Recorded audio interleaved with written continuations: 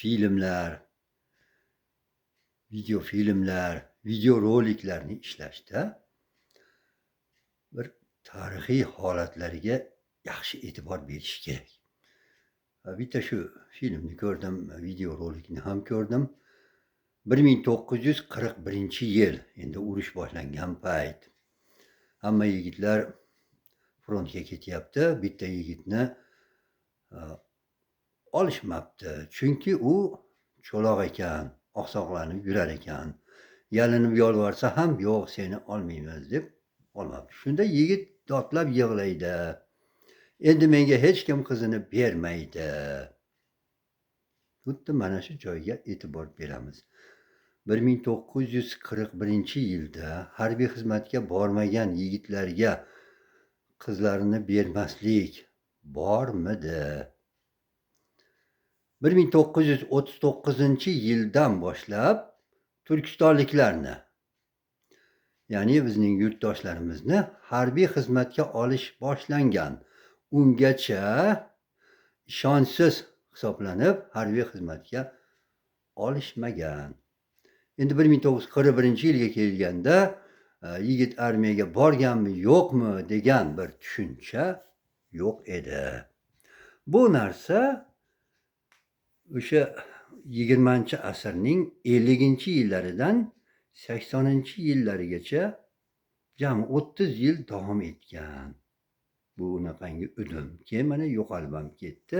Undan avval bu narsa yo'q edi. Chunki hali aytganimizdek 1939-yildan boshlab harbiy xizmatga olish boshlangan. Endi 50-yillarga kelganda hamma yerda frontda bo'lgan jangchilar ko'p. Ular o'z xotiralarini aytib bergan. Yoshlar esa ulardan ibrat olishgan. Ana shunaqa. Yana bir holatga e'tibor berdim. O'sha paytdagi qizlar shu urush vaqtidagi rollarni ijro etayotganda shu qizlarni olishda bir ehtiyot bo'linglar. Boteks bilan tushibdi suratga. Labi ishib turibdi. Hatto ba'zi bir filmda ham ko'rdim. Kumush rolini, boshqa rollari, bir 18-19-asrdagi xotin qizlarimizni rollarni ijro etayotgan aktrisalar boteks bilan turibdi-da. Paranji yopinib olibdi, labi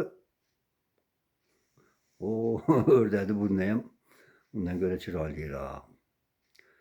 Yana aytmoqchimanki, ana shu 40-yillardagi voqealar, urush paytidagi filmlarda shu shevani ishlatmanglar, iltimos.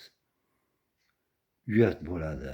Hech bo'lmaganda ana shu davrning ruhini berish uchun ham adabiy tilda gapiring. Shevaga qarshi emasman. Ko'chada, bozorda, uyda, xonadonlarda bemalol ishlatavering, lekin uni ekranga olib chiqmang. Bu yerlarga tarafkashliklar ko'payib ketib qoladi. Bir-birini kamsitishlar bo'lib qoladi. O'sha Samarqandlikmi, Buxorolikmi, Andijon, Toshkent, Sirdaryo, Jizzax, xullas kalom boshqa respublikalardagilar uchun ham hamma uchun umumiy bo'lgan tilimiz bor. Bu adabiy til. Hammaga bir xilda bo'lsin. Qaysidir bir shevani osmonga olib chiqib, boshqalarni pastga urishning keragi yo'q. Demak, filmlarimiz adabiy tilda ishlanishi va tarixiy holatlarni aniq-tiniq qilib ko'rsatib berishi kerak.